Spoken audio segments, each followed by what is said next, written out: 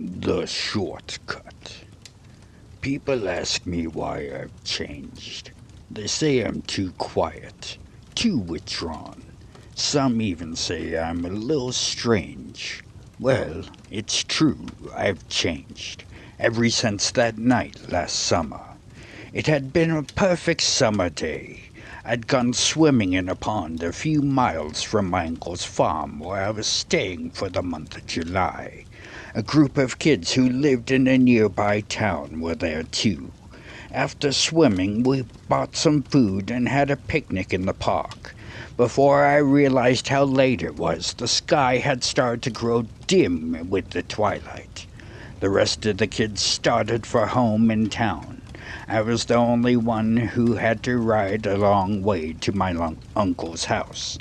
I raced my bike hard up the big hill outside town in the direction of the farm. By the time I got to the crest, I had to stop. I was so exhausted that my legs trembled. I stood still on the top of the hill, alone on the road, with my bike leaning against me. I was too tired to go on, too tired to do anything but watch the setting sun. It had sunk so low that it looked like a huge burning ball in the dark blue sky. Blood-red streaks shot out across the horizon. I shuddered suddenly and felt a chill pass through my body. It had seemed like I was the only person alive in the world. This part of the country was remote and lonely, and I wasn't familiar with it. Looking down the hill, I saw the road split in two forks. I had driven down this hill with my uncle several times. He had taken the road to the right, which was hilly and went past farmhouses. I knew it would be a long, hard ride to get home on that road.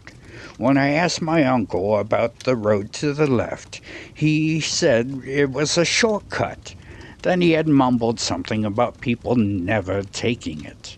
I couldn't remember exactly what he said. All around me the colors of the sky deepened to a purplish black. The last red rays of the sunset were faded from the horizon.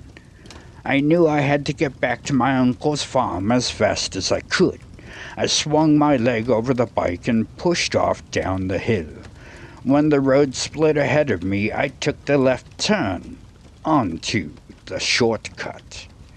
My bike shot down the dirt road, raising a cloud of dust around me.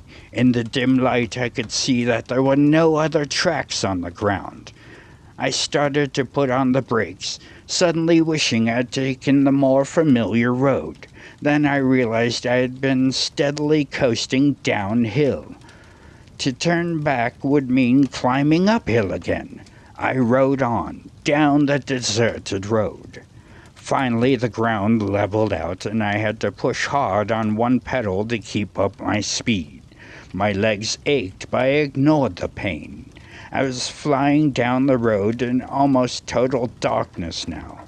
The only lights came from the thin moon that hung like a sickle in the black sky. Then a cloud which moved across the moon blotted out that light. At first I couldn't sense where the road was in front of me, but slowly my eyes, like a cat's, grew used to seeing in the dark. I followed the road that stretched out like a ghostly ribbon through the darkness on both sides. Suddenly the wheel of my bike hit a bump hard.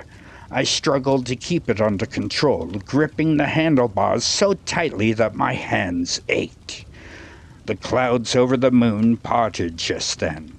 Ahead of me, bathed in eerie moonlight, was an old graveyard. Standing in the middle of the white tombstone was the huge black shadow of a decaying house. A lump of fear rose in my throat. I started to pump my legs on the pedals as fast as I could. I drew nearer and nearer to the cemetery, but my bike seemed to be going slower and slower. Then, through the panic in my mind, the truth came to me. The front of my tire was losing air. In slow, hissing mocking sound as I struggled uselessly to pedal forward on the road. The bike slowed down to a crawl, then it came to a total stop in front of the graveyard. I looked at the white tombstones, lined up like soldiers in the moonlight. They seemed to stare back at me with curious, sinister eyes hidden in their cold marble. For a moment I thought about running away, leaving my bike behind me, but I forced to stoop down and inspect the front wheel, as I feared all the air had leaked out. I heard a noise behind me, a strange rattling noise coming from the cemetery. I jumped to my feet and cowered against the bike. Again I considered running, but then all was deadly silent. I reached down and pulled the air pump from the crossbar of my bike. My hands were shaking and I dropped the pump against the metal spokes on the back of the wheel. The noise echoed from the tombstone to another as I bent to pick it up. Still trembling, I found the tire valve and fastened the pump onto it just in time. For then the moon disappeared behind the clouds again, and I was left in total darkness.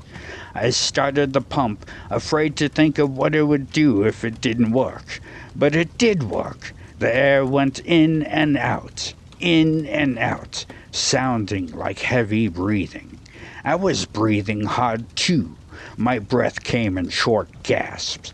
Then suddenly, the sound, the same rattling sound I had heard before, came from behind me again. The pump hissed louder and louder as I worked harder, but the rattling grew louder and louder too.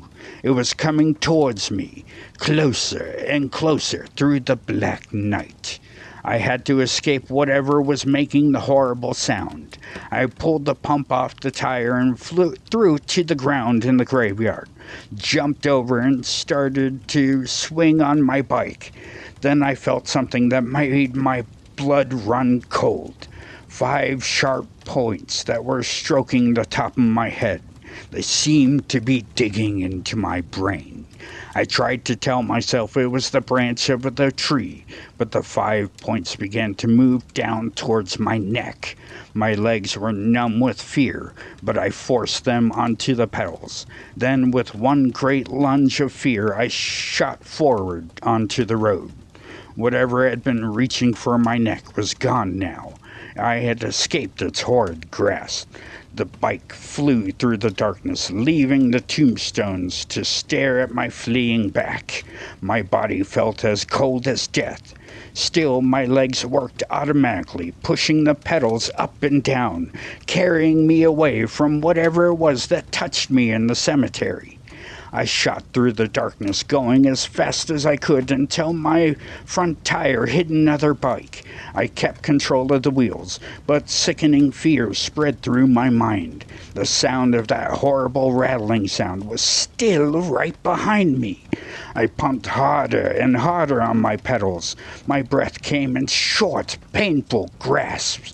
I rode for several minutes, thinking I was safe. Then I heard it again, the rattling. I was afraid to turn around, afraid to see what was chasing me down the dark, lonely road. Time and time again the rattling sound came behind me. It played on my nerves until I thought I would descend into madness and never return. Finally, the moonlight, I caught sight of my uncle's farm. I turned onto a road that led up to his house. He was standing in front, gazing down the road, waiting for me. As soon as I saw him, I tried to tell him all that had been in my imagination. The staring tombstones, the strange rattling. I rode my bike up to where he stood and jumped off, breathing so desperately that I couldn't speak. I waited for him to say something, but instead a look of horror came over his face. He was staring at the seat of my bike. Trembling, I turned around. There, clasped on the back of the seat, is a grisly death grip, was the rattling, bony hand of a skeleton.